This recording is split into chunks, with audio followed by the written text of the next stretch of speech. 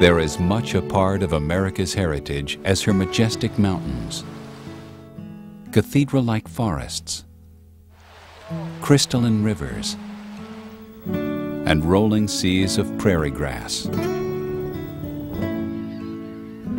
And for more than 100 years, America has celebrated and protected that wildlife heritage in a system unequaled in all the world, the National Wildlife Refuge System. That system, managed by the U.S. Fish and Wildlife Service, contains more than 540 refuges, spanning some 95 million acres. What makes these places unique is that they are the only public lands in America set aside specifically for the conservation of animals, birds, fish, and other wild creatures. And as a result, America's refuges provide some of the best wildlife-oriented recreation anywhere in the country. Whether it's fishing, hunting, hiking, or simply observing creatures in their natural homes, there's something for everyone at America's National Wildlife Refuges.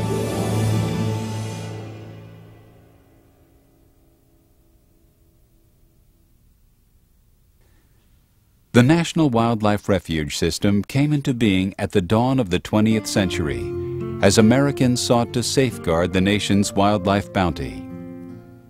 In that era, commercial hunters were pursuing big game into oblivion for antlers and hides, and taking birds in vast numbers for their meat and feathers. Conservationists took a stand at Florida's Pelican Island, a critical breeding ground for brown pelicans, white egrets, and other birds.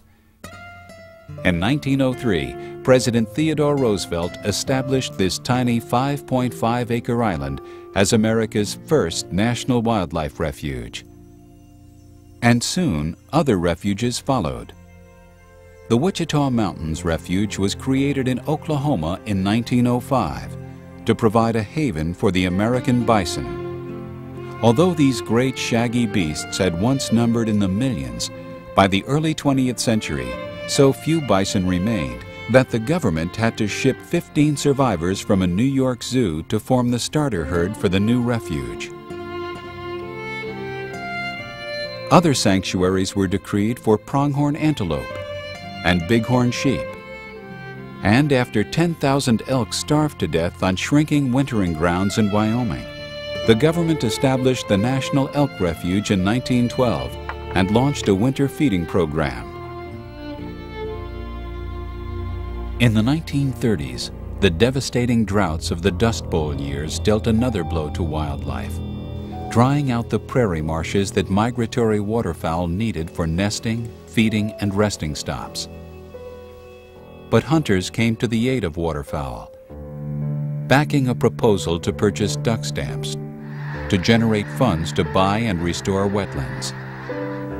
After the act passed in 1934, the nation's refuge chief, J. Clark Sawyer, drove around the country scouring the landscape for likely duck habitats. By the end of the Dust Bowl era, he had added more than 100 new refuges to the system, many located along traditional waterfowl migration routes. In 1980, the system grew once again, as the addition of vast acreages in Alaska provided protection to nesting grounds for millions of birds and habitats for everything from giant Kodiak bears to Pacific salmon.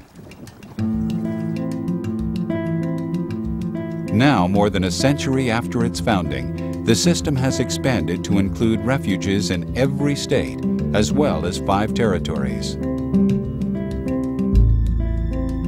And the system takes in virtually every type of habitat in the nation, from the rainforest to the desert, and from the tundra to the tropics.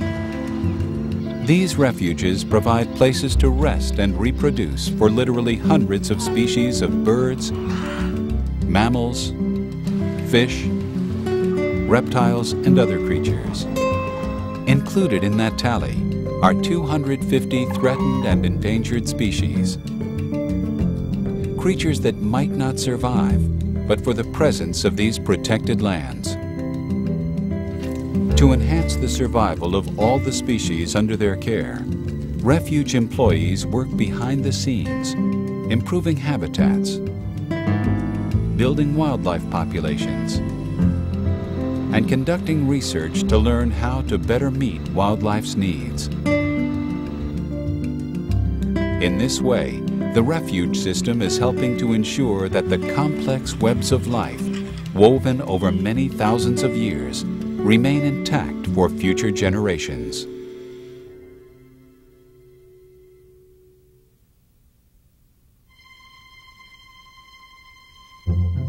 If refuges provide food and shelter for wildlife, they provide sustenance of another kind for people, nourishing our connections with the natural world.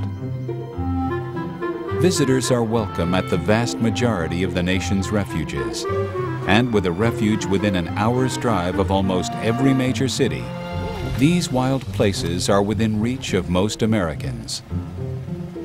Not surprisingly, one of the most popular visitor pastimes is wildlife observation. Because refuges have preserved the stepping stones that ducks, geese, and other birds use during their migrations, refuges are some of the best places anywhere to experience the wonder and mystery of these ancient seasonal spectacles. Visitors can also hearken back to earlier times by visiting one of the several refuges in the Plain States where buffalo thrive. At the National Bison Range in Montana, visitors can witness an actual buffalo roundup. The refuge uses this annual event to monitor the animal's health and trim the herd to levels the grasslands can support. When it comes to viewing elk, there's no better place than the National Elk Refuge in Wyoming. Between December and March, up to 10,000 elk gather at the refuge. From a horse-drawn sleigh, visitors can get a close-up view of these gangly creatures, which weigh up to 700 pounds and have antlers up to 6 feet across. Refuges are also an excellent place to catch a glimpse of less populous species, like the bald eagle.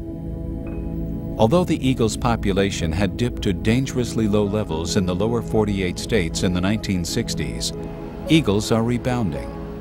That's thanks in part to a string of refuges that provide the birds with the tall trees and undisturbed waterfront locations they favor. Visitors to a Texas coastal refuge can witness another special sight, one of only 2 migratory flocks of whooping cranes in the world. In the early 1940s, only about 18 of the tall, stately birds remained, making them one of the most severely endangered species on Earth. But by protecting the birds' wintering grounds, Aransas National Wildlife Refuge has helped the flock survive and expand to another refuge in Florida called Chassahowitzka. Having established a second migrating flock, refuge officials are guardedly optimistic about the whooping crane's future.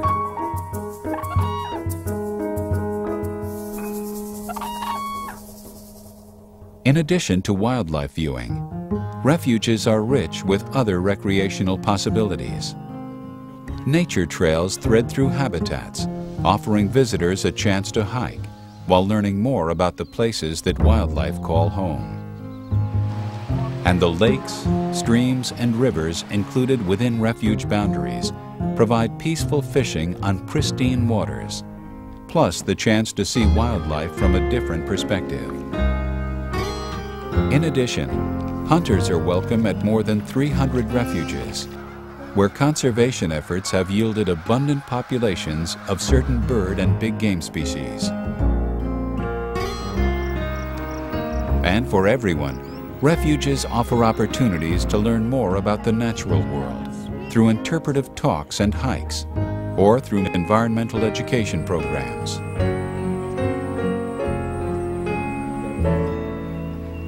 Whatever visitors choose to do at a national wildlife refuge, they'll find something special there. A respite,